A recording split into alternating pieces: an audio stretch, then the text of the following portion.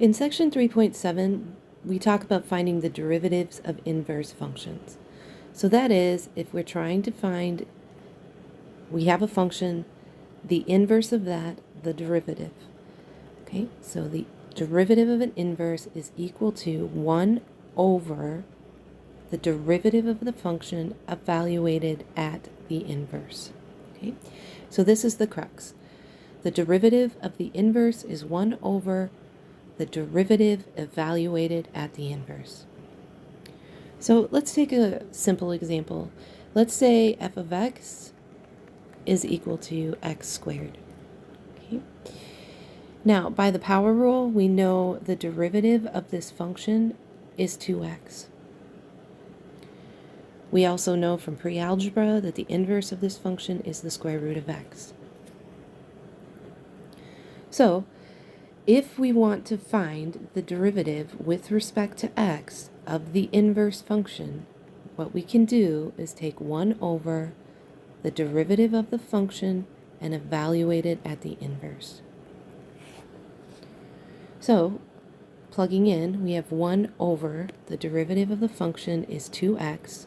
It will be 2. Now we don't want to evaluate at x, we want to evaluate at the inverse.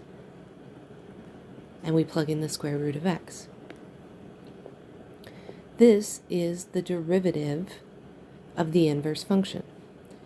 Now, we could have done this using the power rule, x to the 1/2 power. Okay? Then we know just by applying the power rule, the derivative with respect to x of x to the 1/2 is 1/2 x to the negative 1/2, or 1 over 2x to the 1/2, which is the same as 1 over 2 square roots of x. So in this case, we see that these, we could have done it either way. The results match. Now let's do it the opposite way. Let's say this time that the function was equal to the square root of x. Then, using the power rule, we know that the derivative is 1 over 2 times the square root of x. The inverse in this case would be x squared. Now, the derivative of this, the inverse, is also very easy using the power rule. But let's apply our formula. So, the derivative of the inverse is equal to 1 over the derivative of our function evaluated at the inverse. So, we get 1 over the derivative of the function is 1 over 2 times the square root of x. But we're going to evaluate that at the inverse, which is x squared. Now, just doing some simplifying, we get 1 over 1